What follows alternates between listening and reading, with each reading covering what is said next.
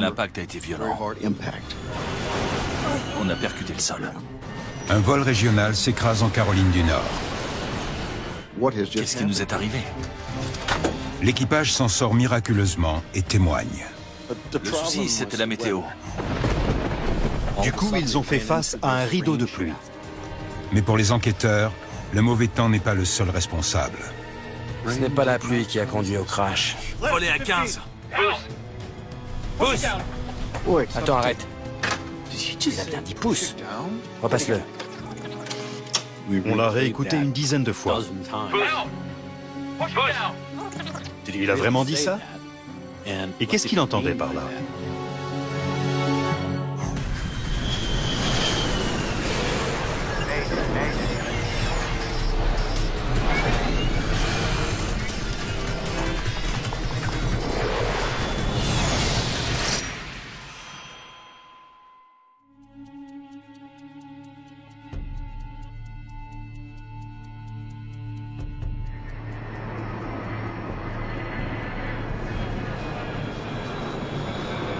Le vol 10-16 d'USR a quitté Columbia en Caroline du Sud pour rallier Charlotte en Caroline du Nord. USR 10-16, bonsoir. Montez et maintenez 12 000 pieds. 12 000, USR 10-16. Le commandant Mike Greenlee est l'un des meilleurs pilotes de la compagnie.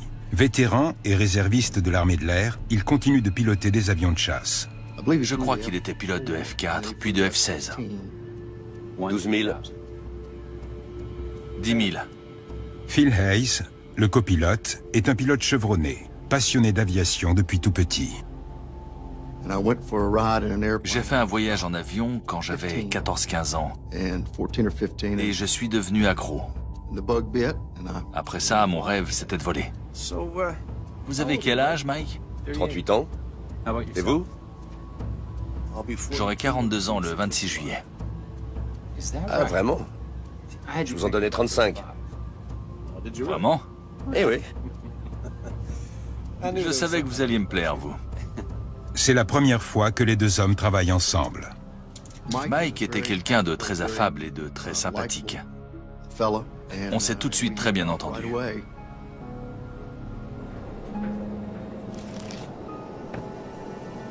Sur les 52 passagers, nombreux sont ceux qui partent en vacances. C'était le samedi qui précédait la fête nationale. Beaucoup avaient pris des congés. Je vous offre un encas? Richard Demary est steward depuis 2 ans. Il est tellement passionné par son travail qu'il essaie de faire plus d'heures. Ce vol faisait partie d'une rotation qui s'étalait sur 3 jours et qui comprenait plusieurs vols par jour. L'appareil est un DC-9, un des nombreux modèles que les deux pilotes connaissent très bien. Vous volez sur quoi?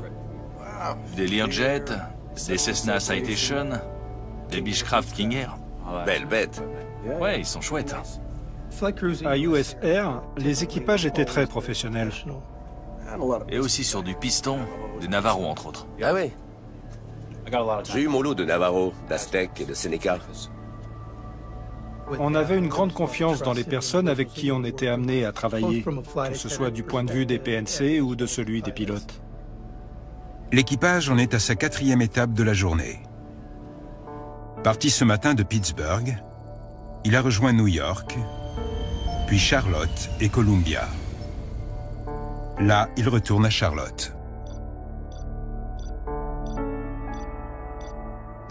La météo était au beau fixe.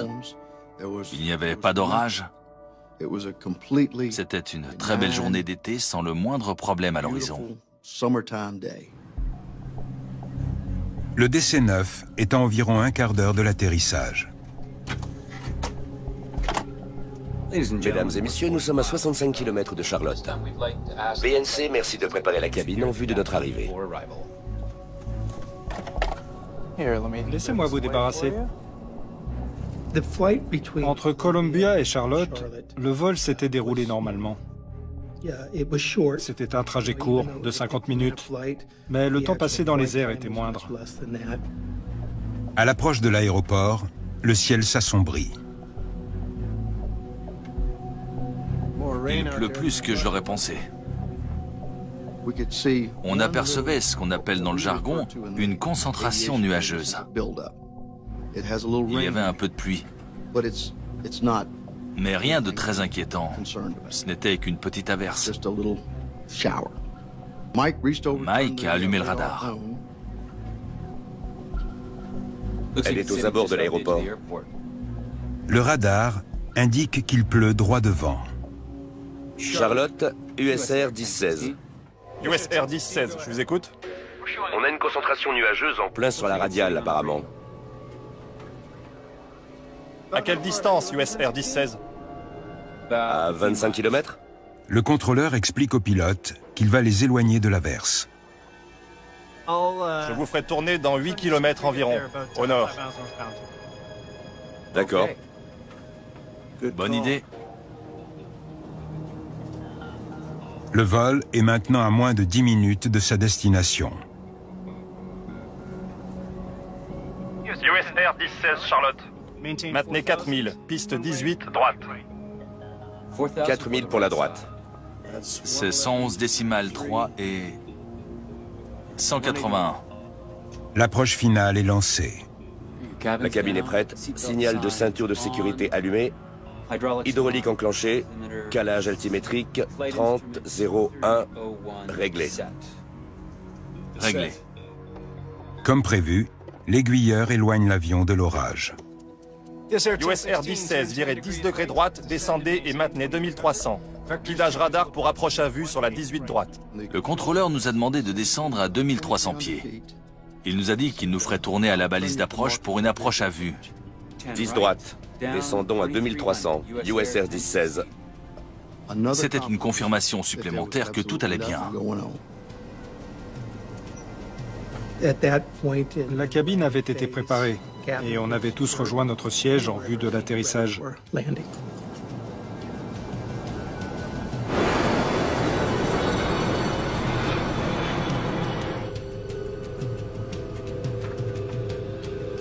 Sortez le train.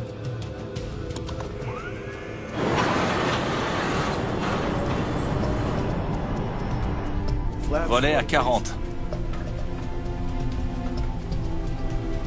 40 degrés de volet.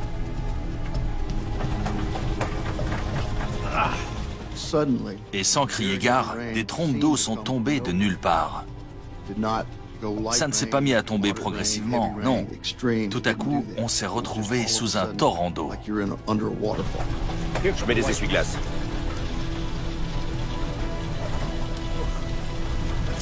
On a perdu 10 nœuds. C'est là qu'on s'est dit, qu'est-ce qui se passe? Qu'est-ce qui a changé? En général, quand il pleut, on peut voir par le hublot. On peut distinguer des choses à l'extérieur. Mais dans ce cas précis, on ne voyait absolument rien. On a pris 20 de plus. La visibilité avait baissé et vu les trompes d'eau, Mike et moi, on a tous les deux décidé presque en même temps de remettre les gaz. RDG, virage à droite. Par sécurité.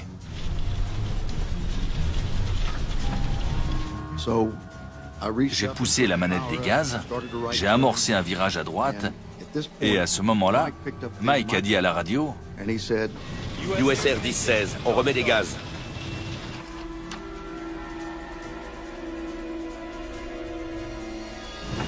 USR 1016, bien reçu. Prenez le cap de la piste, montez et maintenez 3000. C'est ce qu'on appelle une approche interrompue. On entend le bruit des moteurs. On ressent dans son corps le fait que l'avion reprend de l'altitude. Les remises de gaz ne sont pas exceptionnelles. J'en avais déjà expérimenté. Mais celle-ci n'a rien d'habituel. brutalement, l'avion ne volait plus, il tombait. Notre vitesse relative chutait très rapidement. C'était très angoissant. Ça ne faisait pas partie de la remise de gaz. Puissance max. Phil Hayes, pousse les manettes des gaz à fond.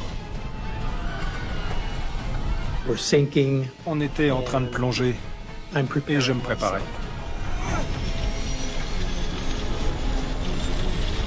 Le vibreur de manche s'était déclenché et l'avertisseur sonore de proximité du sol répétait « Tirez, tirez ».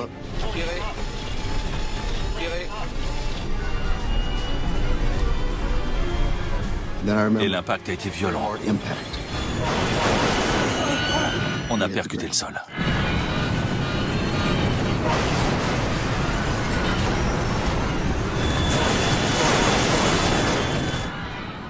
On glissait sur le sol et j'entendais les arbres qui se brisaient.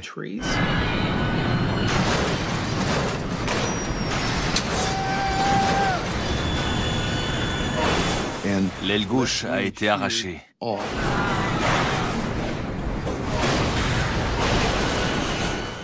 Et le cockpit a fini sa course au milieu d'une route.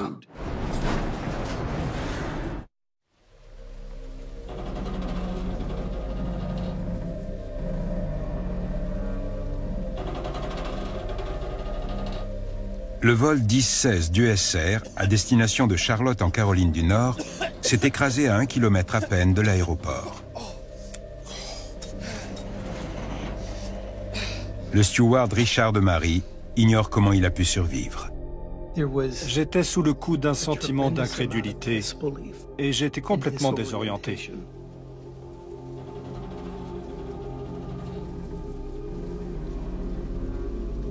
Il m'a fallu quelques secondes pour retrouver mes repères.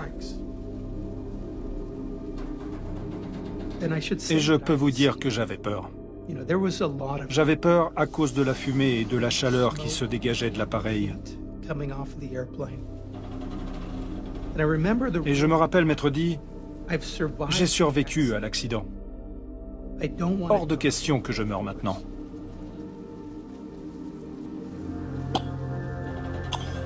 Le copilote Phil Hayes s'en est également tiré.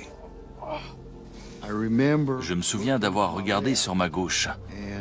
Le siège du commandant était vide. Dans ma tête, j'essayais de comprendre ce qui nous était arrivé. Je me suis détaché et je suis sorti comme j'ai pu par une ouverture. C'est là que j'ai vu le commandant qui s'occupait d'une des hôtesses blessées. Une fois que j'ai pris pleinement conscience qu'on avait eu un accident, mes réflexes professionnels sont revenus. Je me suis mis à crier « Détachez-vous et évacuez ! Détachez-vous et évacuez ! Détachez-vous et évacuez !» Bonsoir. À Charlotte, en Caroline du Nord, les urgentistes ont passé ce dimanche à retirer les corps de la carlingue d'un vol USR qui s'est écrasé hier soir.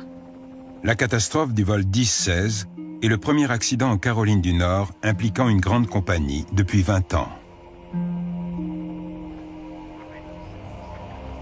Les 5 membres d'équipage ont survécu. Mais sur les 52 passagers à bord, 37 sont morts.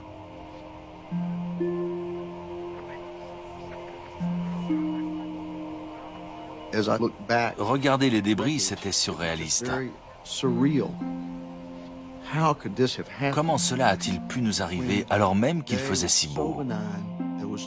La météo n'avait rien de menaçant. Comment cela avait-il pu nous arriver? C'est Greg Feiss qui est chargé de l'enquête au sein du Conseil national de sécurité des transports. Quand on se rend sur les lieux d'un accident aérien, on est toujours pris d'une certaine émotion, même si on fait ce métier depuis des années. Parce qu'on sait que des gens ont été blessés ou tués dans la catastrophe. L'enquêteur doit veiller à ne pas s'impliquer sur le plan émotionnel pour pouvoir faire son travail correctement. Les décombres sont passés au peigne fin. Qu'est-ce qu'on a? Afin de déterminer si une perte de puissance des réacteurs a joué un rôle dans l'accident, les experts examinent les 2 moteurs Pratt & Whitney du DC-9. Un certain nombre de pièces doivent être inspectées. Il faut pouvoir établir s'il y a bien eu une anomalie mécanique ou un dysfonctionnement quelconque du ou des réacteurs. Il remarque d'emblée quelque chose d'inattendu. T'as vu ça? L'inverseur de poussée est déployé sur ce réacteur. Un examen du moteur droit a montré que l'inverseur de poussée était déployé, alors que celui du moteur gauche ne l'était pas. C'est le genre de choses qui tout de suite vous interroge. Pourquoi celui-ci n'est pas dans la même position que celui-là? Parce qu'il devrait y avoir symétrie. Les inverseurs de poussée sont déployés à l'atterrissage pour ralentir l'avion en redirigeant vers l'avant les gaz d'échappement. Si un inverseur de poussée se déploie en vol, c'est très dangereux, puisque sur un multimoteur, ça revient à créer une poussée asymétrique. C'est peut-être lui le coupable. Comme pour le vol 004 de l'Odaer. 3 ans plus tôt, en Thaïlande, un Boeing s'est écrasé, faisant 223 victimes. La faute à un inverseur de poussée. Des inverseurs s'étaient déjà ouverts en plein vol. Et suivant la vitesse de l'appareil, ça peut vous arracher un moteur. Un examen minutieux révèle des marques d'abrasion sur le métal de l'inverseur droit, des traces qui laissent supposer un impact brutal avec le sol. Il s'agit là d'un indice d'importance. Des analyses plus poussées vont permettre de savoir quand et pourquoi l'inverseur droit s'est ouvert.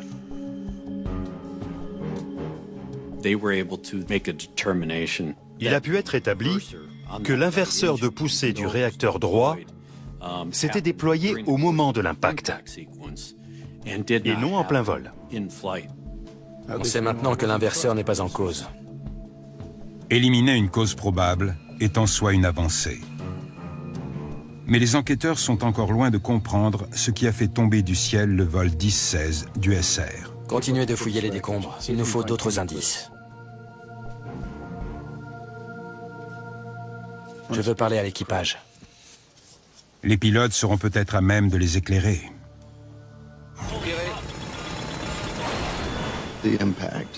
À cause de l'impact, j'avais le pied cassé et une entaille à la tête. J'ai dû passer 3 jours à l'hôpital, je crois. Et quand on nous a autorisés à sortir, on nous a conduits dans un hôtel. Le copilote, Phil Hayes, est interrogé par le NTSB. Merci de vous être rendu disponible. On a quelques questions. Ça ne sera pas long. On avait bien conscience que ce n'était pas forcément un moment facile pour eux. Après tout, ils venaient de vivre l'événement le plus traumatisant de leur carrière. Le jour du crash, vous pouvez nous raconter ce qui s'est passé? Le souci, c'était la météo. Dites-moi plus. Volet à 40. 40 degrés de volet. Du coup, ils ont fait face à un rideau de pluie. On n'avait plus aucune visibilité. RDG, virage à droite. C'est là que le commandant de bord a demandé au copilote, qui était le pilote en fonction à ce moment-là, d'effectuer une remise de gaz. Il devait monter à 3000 pieds et faire un virage à droite tout en augmentant la puissance. Et ensuite, l'avion est tombé. C'est absolument terrible de sentir l'avion chuter et de se rendre compte qu'il ne vole plus. Pourquoi avoir pris la décision de traverser l'orage? En règle générale, les pilotes évitent les orages. Leurs courants d'air violents peuvent provoquer des turbulences, voire endommager l'avion. Un orage, ça se respecte. Dans ce cas précis, il était gros et il prenait rapidement de l'ampleur. C'était un indicateur fort que la situation se détériorait. La tour nous a dit que le temps ne posait pas problème. Les contrôleurs ne nous ont vraiment rien dit à ce sujet. USR 10-16, vous risquez d'avoir un peu de pluie au sud du terrain. Il y en aura aussi peut-être un peu depuis le nord. L'expression « un peu de pluie » était trompeuse. C'était un très gros orage. Une erreur a donc été commise au niveau du contrôle aérien. L'aiguilleur n'a pas prévenu l'équipage qu'il allait croiser un orage important. Les pilotes ont cru qu'ils pouvaient atterrir en toute sécurité. Reste maintenant à savoir pourquoi. Les enquêteurs doivent comprendre pourquoi le contrôleur de Charlotte n'a pas averti l'équipage du vol 10-16 d'USR de la présence d'un gros orage sur l'aéroport. Oh, bonjour. Enchanté. Les contrôleurs disposaient de davantage d'informations. Ils pouvaient voir l'orage et ils l'avaient observé depuis bien plus longtemps que l'équipage. On a su très tôt qu'il fallait se concentrer là-dessus pour comprendre le pourquoi du comment. Pourquoi avoir dit au pilote que la météo était bonne pour atterrir? C'est ce qu'indiquait le bulletin météo. L'aiguilleur du ciel s'était appuyé sur un bulletin émis par le service météorologique national qui stipulait que les conditions étaient réunies pour un atterrissage sans encombre. D'après les bulletins, le vent était léger et il pleuvait par intermittence. Rien ne laissait penser que les conditions étaient mauvaises au point de se dérouter. J'ai même demandé au pilote qui avait atterri 4 minutes plus tôt. USR 983, c'était comment pendant votre finale? RAS USR 983. USR 10-16, le vol précédent vient de quitter la piste. Il n'a signalé aucun souci.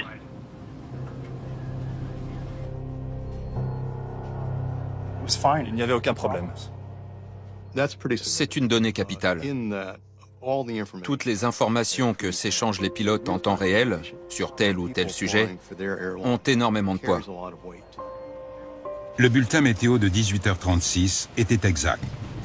Les conditions étaient bonnes pour un atterrissage. Mais quelques minutes plus tard, il s'est mis à pleuvoir des trompes d'eau au-dessus de l'aéroport.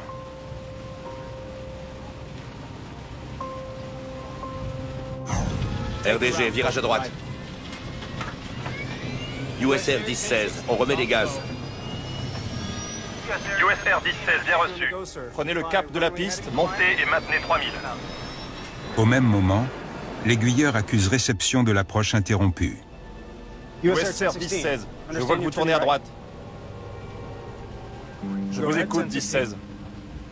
Il n'obtiendra aucune réponse.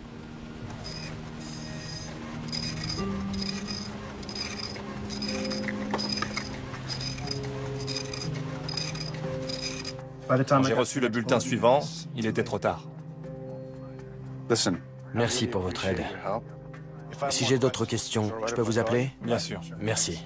Les enquêteurs ont désormais la certitude que les conditions météo ont changé brusquement au-dessus de l'aéroport. Mais pourquoi les prévisionnistes ne l'ont-ils pas annoncé? Voyons voir. Les bulletins météorologiques du 2 juillet pour l'aéroport de Charlotte sont passés au crible. 18h36. Légères averses de pluie. 18h40. Fortes averses de pluie. Le changement des conditions météo avait donc bel et bien été identifié. C'est alors que les enquêteurs font une découverte importante. Le service météo a mis 2 minutes pour transmettre l'information dans un nouveau bulletin. Les contrôleurs aériens n'avaient pas entre les mains toutes les informations connues du service météo.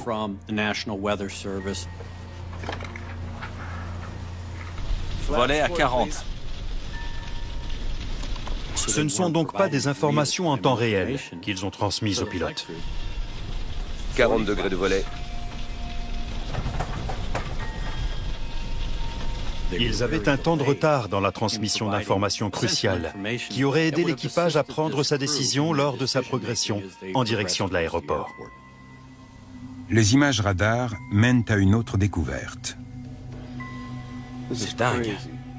Il y a 2 cellules orageuses en approche. Alors que l'équipage tentait d'éviter un orage, 18h40. Une autre formation orageuse 18h42. s'est brusquement intensifiée. Ils étaient cernés. Je mets des essuie-glaces. À cause du bulletin tardif, les pilotes ne s'attendaient pas à un tel déluge. La question est maintenant de savoir si la pluie était suffisamment battante pour faire s'écraser l'appareil. On devait déterminer avec précision si cette grosse averse avait causé l'accident ou si elle y avait contribué.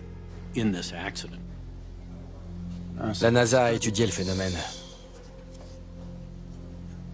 D'après une étude de la NASA, de fortes pluies peuvent adhérer aux ailes et accroître la traînée et les possibilités d'un décrochage.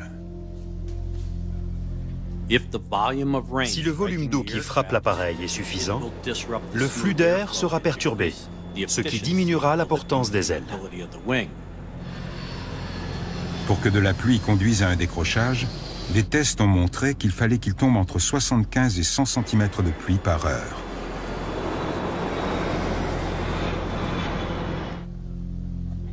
Les enquêteurs examinent les données de précipitation de la journée afin de connaître la violence de l'averse. Étonnamment, ils découvrent que le taux de précipitation n'était que de 25 cm par heure.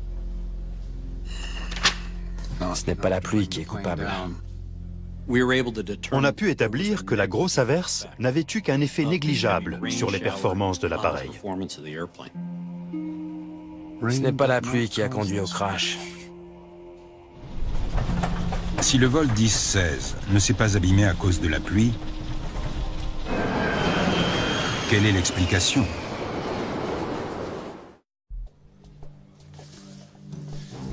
Je peux avoir l'enregistreur des paramètres? L'exploitation des données des paramètres du vol 10-16 du SR va pouvoir commencer. Qu'est-ce qu'on a? Cette boîte noire enregistre des données cruciales comme la vitesse relative, l'altitude ou encore la position de certaines commandes de vol. Tu peux agrandir cette partie? Une anomalie saute d'emblée aux yeux des enquêteurs. Regardez ça. Quelques secondes avant l'impact, la vitesse relative a commencé à fluctuer sans raison. La vitesse relative fait du yo-yo.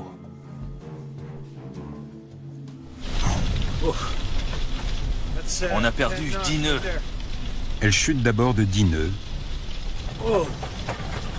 puis elle augmente de 30. On a pris 20 de plus. Les effets étaient notables vu la fluctuation de la vitesse. La vitesse relative, c'est la vitesse d'un avion par rapport à la masse d'air dans laquelle il évolue. Si un appareil rencontre un vent arrière, la vitesse relative chute parce que l'écoulement d'air sur les ailes faiblit. Un vent de face a l'effet inverse. La vitesse relative augmente parce que l'écoulement d'air sur les ailes s'accroît. Les performances augmentent quand on vole avec un vent de face.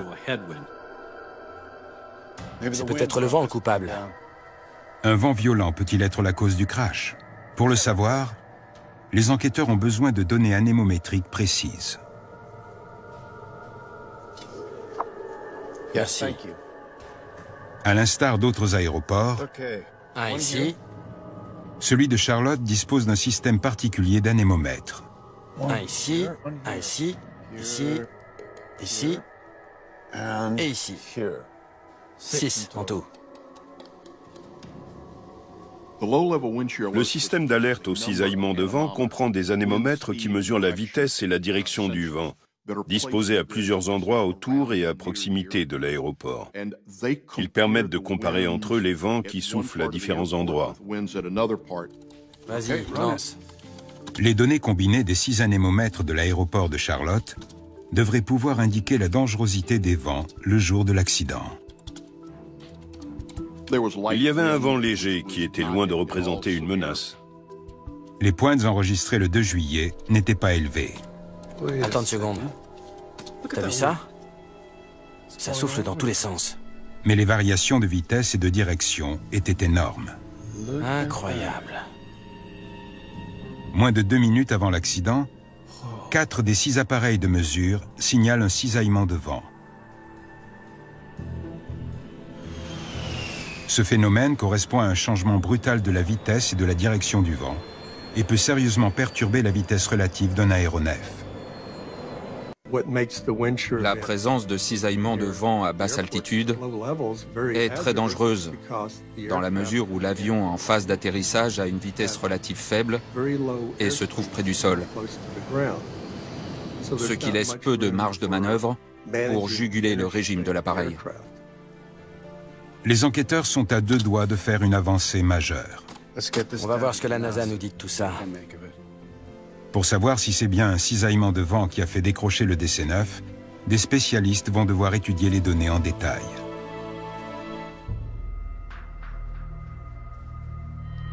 C'est Fred Proctor, météorologue à la NASA, qui s'y colle.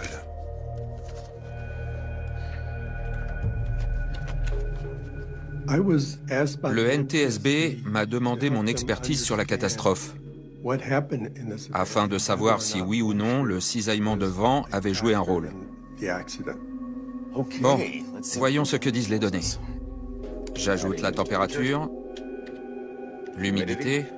Le scientifique entre les données anémométriques ainsi que d'autres paramètres pour faire une simulation. J'ai utilisé une modélisation que j'avais conçue auparavant et qui m'avait été utile dans des études préalables, afin de recréer l'orage qui avait eu lieu ce jour-là. Ça devrait être bon. Voyons le résultat. C'est de cette façon que j'ai pu reconstituer ce qui s'était passé. La simulation donne un rendu précis des forces à l'œuvre pendant l'orage. C'est fou. La découverte est incroyable. Le DC-9 a rencontré quelque chose de bien plus terrible qu'un cisaillement de vent. À la NASA, le météorologue Fred Proctor a désormais une représentation très précise de l'orage qu'a traversé le vol 10-16 du SR. C'est pas un cisaillement de vent, c'est une micro-rafale. Une micro-rafale, c'est une rafale descendante intense à basse altitude qui s'étale au niveau du sol et qui crée de violents cisaillements de vent. La rafale descendante frappe le sol de manière extrêmement puissante, se répand de tous les côtés et provoque l'apparition de cisaillements. C'est un peu comme si cette masse d'air froid était une enclume en suspension et qu'on retirait d'un coup ce qui la soutient. En descendant, elle a une force énorme. Faire face à un cisaillement de vent, c'est se retrouver au sommet de montagnes russes et faire le grand plongeon. On sait depuis longtemps que ces rafales surpuissantes peuvent se révéler mortelles en phase de décollage et d'atterrissage. Dans les années 60 et 70, la cause de plusieurs accidents a été attribuée à des micro-rafales ou des cisaillements de vent. À l'époque, on ne savait simplement pas comment les appeler. Il n'y avait eu que très peu d'études sur le sujet. En 1985, une micro-rafale a fait s'écraser le vol 191 de Delta Airlines à l'aéroport de Dallas-Fort Worth. 135 personnes périssent. De gros efforts ont alors été engagés pour réduire les risques. À la suite de ce drame, la NASA et le milieu aéronautique ont commencé à étudier les orages et les micro-rafales. Et on s'est aperçu que c'était un phénomène bien plus répandu qu'on le pensait. La simulation de Fred Proctor révèle que la micro-rafale qui a frappé le DC-9 du SR était l'une des plus puissantes jamais rencontrées. Elle faisait partie du 1% des micro-rafales les plus intenses qui nous avaient été données d'étudier. J'ai dû croiser 1 ou 2 cas à peine où elles étaient plus violentes encore. Les enquêteurs savent désormais que le vol 10-16 a été touché par une micro-rafale extrême. Mais ils ne sont pas au bout de leurs interrogations. Puissance max! Les pilotes sont entraînés à faire face aux micro-rafales. Quand on se retrouve dans une micro-rafale, il faut pousser la manette des gaz au maximum pour avoir le plus de portance possible et continuer de voler, parce qu'on sort de la zone très rapidement. Alors pourquoi cet équipage n'a-t-il pas réussi à éviter la catastrophe? Le NTSB récupère les manuels de pilotage d'USR dans l'espoir de répondre à cette question.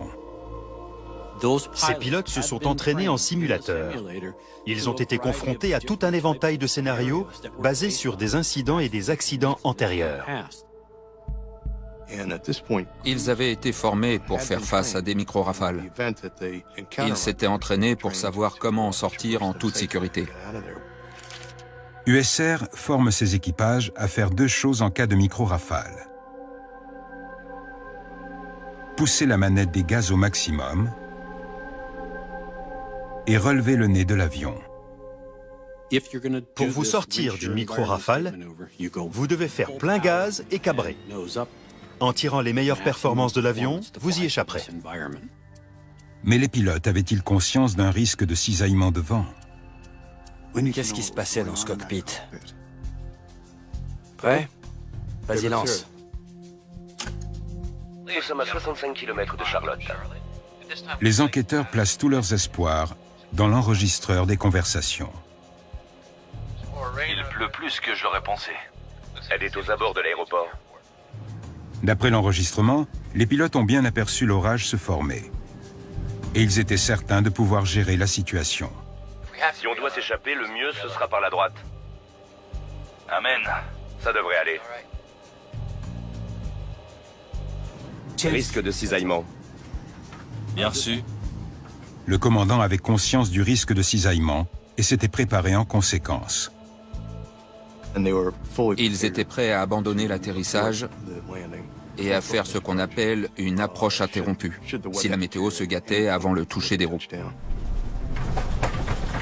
Les enquêteurs s'aperçoivent également que lorsque la micro-rafale a frappé, les pilotes ont d'abord agi correctement.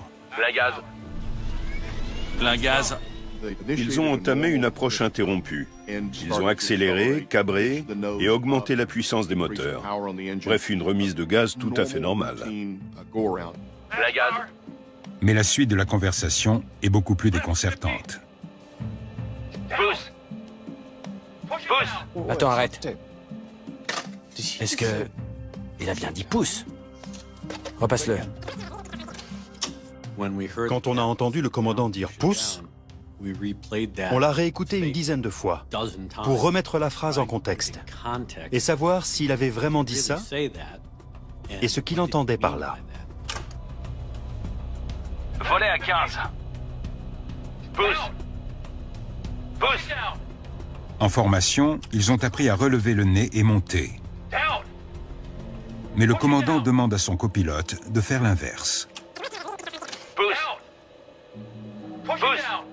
On était tous surpris d'entendre ça. On ne s'y attendait pas du tout. Ça allait à l'encontre de la procédure standard en cas de cisaillement. S'il n'avait pas abaissé le nez, il ne se serait pas écrasé. Puissance max.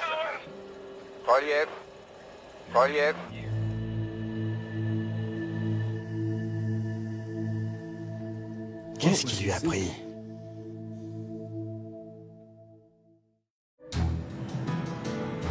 Les enquêteurs retournent interroger les pilotes afin de comprendre pourquoi ils n'ont pas tiré sur le manche comme ils l'avaient appris en formation. Bonjour, ravi de vous revoir. Il y a une petite chose que j'aimerais comprendre. Pourquoi le commandant a-t-il décidé de baisser le nez de l'avion? Je ne m'en souviens pas. Je ne suis plus très sûr si je me souviens avoir entendu Mike dire ça ou si c'est un souvenir de ce que j'ai entendu sur les enregistrements. Je me souviens qu'on perdait de la vitesse et qu'on risquait de décrocher. Ils ont été de nouveau interrogés pour faire la lumière sur cette décision du commandant. Mais je ne crois pas qu'on ait eu de réponse très convaincante. On leur a montré les données et on leur a fait écouter les bandes. On leur a dit « C'est vous là. Pourquoi avoir dit ça ?» Il a répondu « J'en sais rien. » D'accord. Merci encore. Il a été difficile d'obtenir des informations précises de leur part. Non pas parce qu'ils tentaient de cacher délibérément ce qu'ils savaient, mais l'être humain ne retient pas forcément tous les détails lorsqu'il est en situation de stress. Diapo suivante. Les enquêteurs en sont réduits aux spéculations. Suivante.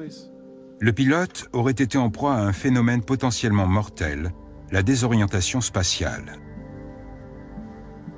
Pour déterminer son orientation dans l'espace, le cerveau se base sur les pieds, en gros c'est la force de gravité, sur les liquides de l'oreille interne et surtout sur les yeux. En regardant l'horizon, on sait ce qui est en haut et ce qui est en bas. On a pris 20 de plus. RDG, virage à droite. USR 10-16, on remet les gaz. En vol, des changements extrêmes de vitesse, de direction et d'altitude créent des forces physiques sur le corps qui peuvent troubler les sens. Le pilote peut aller jusqu'à ne plus connaître l'orientation de son appareil. Pendant une accélération ou une décélération, les fluides dans l'oreille interne du pilote se mettent à bouger. Son corps va l'induire en erreur parce qu'il ne lui restera que les sensations. Il va pour atterrir, mais il est pris dans un orage. Il décide de faire une approche interrompue. Mais alors qu'il remonte, la micro-rafale force l'avion vers le bas. La vitesse relative décroît. Le commandant pense qu'ils vont décrocher et qu'ils ont le nez relevé. Décrocher si près du sol aurait été catastrophique. Alors qu'en réalité, l'avion est quasiment droit. Du coup, il demande au copilote de baisser le nez. Pousse! Pousse! Le commandant Greenlee Puissance max! avait l'impression que son DC-9 était dans une montée dangereuse. Cette sensation erronée s'appelle l'illusion somatographique. L'illusion somatographique est une sensation déconcertante.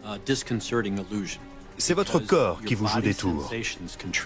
Le pilote pensait que son avion montait trop vite, alors qu'il était très bien. S'ils avaient pu se maintenir en vol 30 secondes de plus, ils seraient sortis de cet enfer.